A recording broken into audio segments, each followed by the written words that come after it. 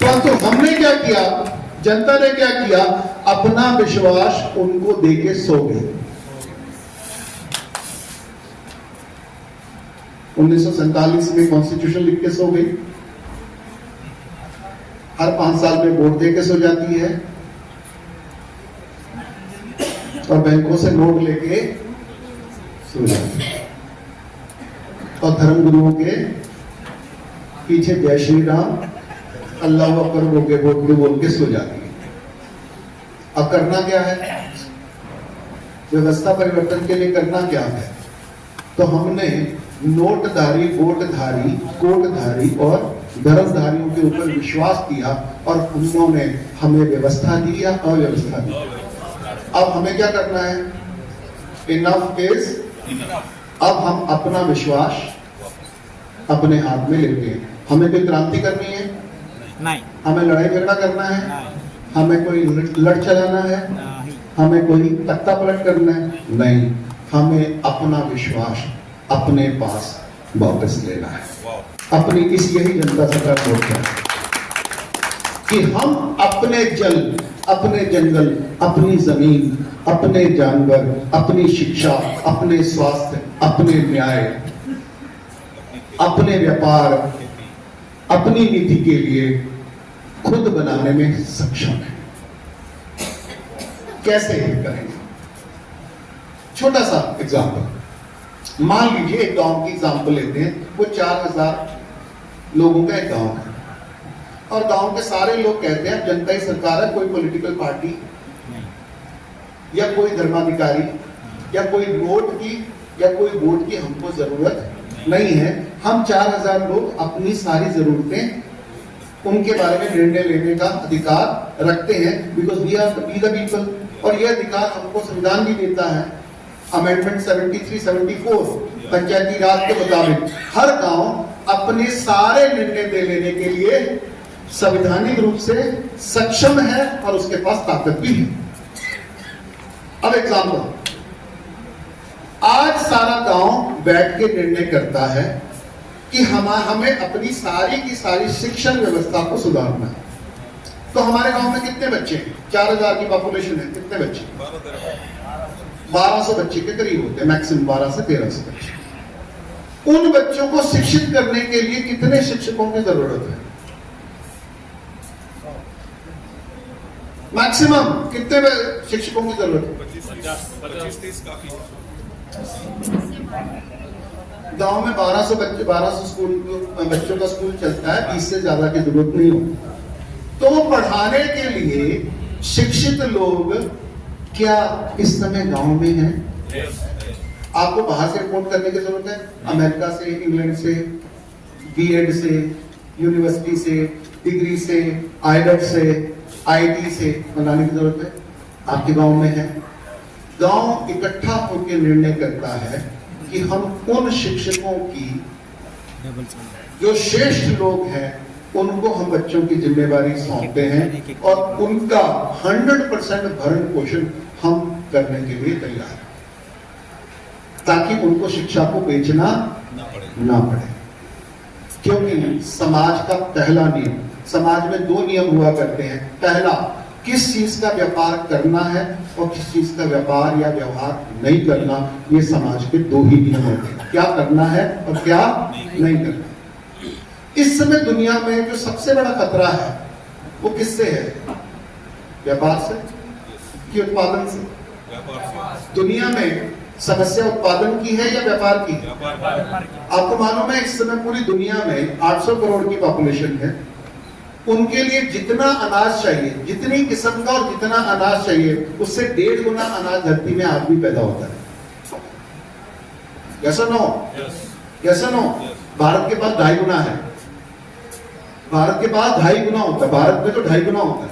इसलिए दुनिया में सबसे समृद्ध भारत है, अनाज को अगर केंद्र में रखे तो। नंबर 2, दुनिया में जितना पानी चाहिए उतना पानी भारत में है। यस और नो? यस। दुनिया में जितना कपड़े चाहिए, कितने कपड़े हैं? 10 गुना, कम से कम 10 गुना, कईयों के पास तो 100 गुना भी बढ़े। अगर हम अपनी फैक्ट्रियां और दुकानें भी साथ में मिला लें तो इस समय जितने कपड़े चाहिए जिस भी वेदर के लिए, जिस भी उद्देश्य के लिए, उससे 100 गुना उपलब्ध है। दुनिया में जितने मकान चाहिए और दुकान चाहिए उतने हैं। हेलो, भारत के हर शहर में 30% जो मकान हैं और दुकानें हैं वो एक्स्ट्रा हैं, अनयूज्ड हैं, और सबसे ज्यादा सरकारी। यस। और दुनिया में मकान, अपने अपने गांव को देख लो, कितने परसेंट घर खाली पड़े हैं। तो दुनिया में रोटी कपड़ा मकान की कोई समस्या है नहीं। परंतु फिर भी दुनिया की 80% पॉपुलेशन भूखी मर रही है। ये उत्पादन की नहीं, वितरण की समस्या है। ये उत्पादन की नहीं, वितरण की समस्या है। तो हमें वितरण के ऊपर काम करना है। उत्पादन ठीक ठाक है, उसमें समस्या नहीं। और इस समय अगर मैं अपने गांव में बोलूं तो हम नीति के ऊपर आएंगे कि समाज में नीति हुआ करती है, कूटनीति नहीं। तो पॉलिटिकल पार्टी के पास क्या होती है? नीति के कूटनीति? कूटनीति। तो इलेक्शन मैनिफेस्टो क्या है? आपका विश्वास लूटने का, जनता का विश्वास लूटने का, मालिक को नौकर बनाने का, मालिक को गुलाम बनाने का यंत्र है इलेक्शन मैनिफेस्टो। और आज तक किसी ने ये नहीं पूछा कि जो आपने वायदा किया था उसका कितने % आपने पूरा किया, क्योंकि उन्होंने आपको हक ही, स्पेस ही नहीं दिया, मौका ही नहीं दिया, अवसर ही नहीं दिया। Yes, okay. तो पहली नीति ये है कि हम किस चीज का व्यापार करेंगे और किस चीज का व्यापार नहीं करेंगे। तो कौन बताएगा कि भारत की नीति में किस किस चीज का व्यापार निषेध? पानी का, जल, पानी, शिक्षा, जल, शिक्षा का भी। हाँ, जनता में किसका व्यापार निषेध है कि नहीं करेंगे? जल का, ज्ञान का। हाँ, समाज किसका व्यापार नहीं करेगा?